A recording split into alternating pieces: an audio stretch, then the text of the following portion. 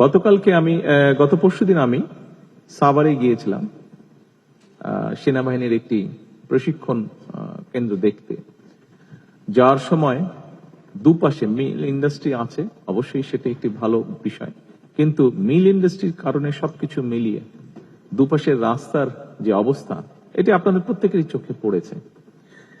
আমার মনে হয় কোনো একটি সভ্য দেশে, একটি সিভিলাইজ দেশে এরকম পরিস্থিতি বোধহয় হওয়ার কারণ নয়। এই অবস্থা তৈরির জন্য কম বেশি আমরা যেরকম সকলেই দায়ী, আমি ব্যক্তিগতভাবে মনে করি আমরা সকলে চেষ্টা করলে এই অবস্থার পরিবর্তনটি আমরা করতে পারবো। আমার মনে হয় আজকের এই পরিবেশ, বিশ্ব পরিবেশ দিবস উপলক্ষে বোধহয় এরকম একটি প্রতিজ্ঞা বা শপথ বোধহয় আমাদের প্রত্যেকের নেওয়া উচিত আজকে। আসুন এবার আরো কিছু গুরুত্বপূর্ণ বিষয় আমি আমার অবস্থান থেকে আপনাদের সামনে তুলে ধরতে চাইছি। যদিও বক্তব্যের পর অনেক লম্বা হয়ে গেছে, আমি চেষ্টা করব আমার বক্তব্যটিকে সংক্ষিপ্ত রাখতে। সম্মানিত সকল উপস্থিতিবৃন্দ, পবিত্র কোরআনের একটি আয়াত উল্লেখ করে আমি আমার বক্তব্যটা শুরু করি। আল্লাহ তাআলা বলেছেন, তিনি সেই সত্তা যিনি পৃথিবীতে যা কিছু আছে সব তোমাদের জন্য সৃষ্টি করেছেন। সুতরাং নদী, নালা, গাছপালা, কীট পতঙ্গ, বন্য কিংবা গৃহপালিত পানি, অর্থাৎ আমাদের চারপাশ পরিবেশ প্রতিবেশ, অর্থাৎ আল্লাহর এই সকল সৃষ্টি সবই কিন্তু মানুষের উপকারের জন্য। তবে আল্লাহ সকল সৃষ্টি থেকে যদি উপকার ভোগ করতে হয়, তাহলে মানুষ হিসেবে অবশ্যই কিন্তু আমাদের কিছু দায়িত্ব এবং কর্তব্য রয়েছে, যা খুব সংক্ষেপে আমি আপনাদের সামনে মাত্র তুলে ধরেছি।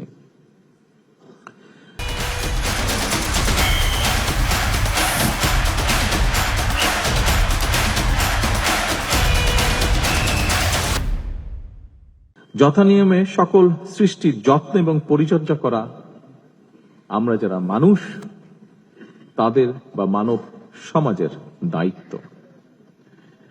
বিজ্ঞানের উৎকর্ষতার সঙ্গে সঙ্গে এটি প্রমাণিত সত্য যে ইকোসিস্টেম বা বাস্তুতন্ত্র যেটা আছে, এটার সঙ্গে মানব সমাজের সম্পর্ক অত্যন্ত গভীর এবং অবিচ্ছেদ্য। এই বাস্তুতন্ত্র বা ইকোসিস্টেমের নিরাপদ লালন এবং বিকাশের সঙ্গে মানব সমাজের নিরাপদে বেড়ে ওঠা ওতপ্রোতভাবে জড়িত। গতকালকে আমার সাথে সংসদে বিরোধী দলীয় নেতা ওনার কথা হচ্ছিল, এমনি আমরা দুই রাজনৈতিক কর্মী আমরা আলাপ করছিলাম একটি বিষয়।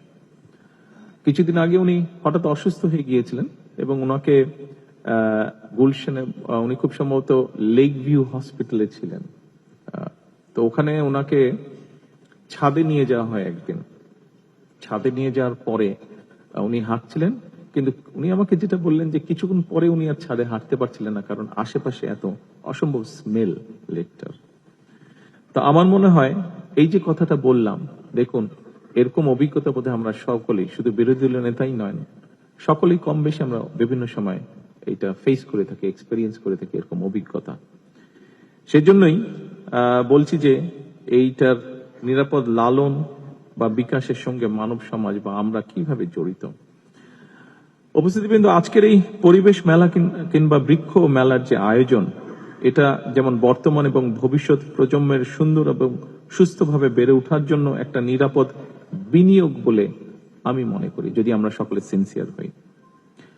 সেজন্য আমি যারা এই আয়োজন করেছেন, এই আয়োজনের সাথে যারা সম্পৃক্ত, আপনাদের সকলকে আমি অভিনন্দন জানাই।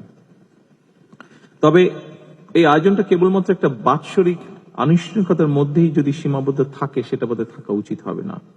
বৃক্ষরোপণ এবং পরিবেশ সংরক্ষণের মতন এই যে বিষয়টা, এটা আমাদের একটা নৈমিত্তিক অভ্যাসে যদি আমরা পরিণত করতে পারি, তাহলে আমরা সকলে বক্তব্যে যে কথাগুলো বলি যে একটা স্বাস্থ্যকর বসতি গড়ে তোলা দরকার, আমাদের গড়ে তোলা উচিত, আমরা কাজ করছি, এই সবগুলো তাহলে ধীরে ধীরে আসলেই বাস্তবে রূপ নিতে পারবে। আজকে যারা আপনারা এখানে পরিবেশ কর্মী সহ বৃক্ষরোপণ বা বাগান তৈরি বা এই কাজগুলোতে যারা জড়িত আছেন, যারা উপস্থিত হয়েছেন বাংলাদেশের বিভিন্ন কর্নার থেকে, ইনশাল্লাহ আপনাদের মতন মানুষগুলো বা প্রতিক্রিয়াশীল প্রতিশ্রুতিশীল তারুণ্য যদি থাকেন দেশে, এটা সংখ্যা যদি বৃদ্ধি পায়, নিশ্চয়ই ইনশাল্লাহ আমরা একটা সবুজ বসতি গড়ে তুলতে সক্ষম হব এই বাংলাদেশে। সম্মানিত সকল উপস্থিতিবৃন্দ, বৃক্ষরোপণের যে প্রয়োজনীয়তা এবং এটার যে উপকারিতা, এটা নিয়ে খুব সম্ভবত নতুন করে বোধহয় কিছু বলার প্রয়োজন নেই। আজকে আমরা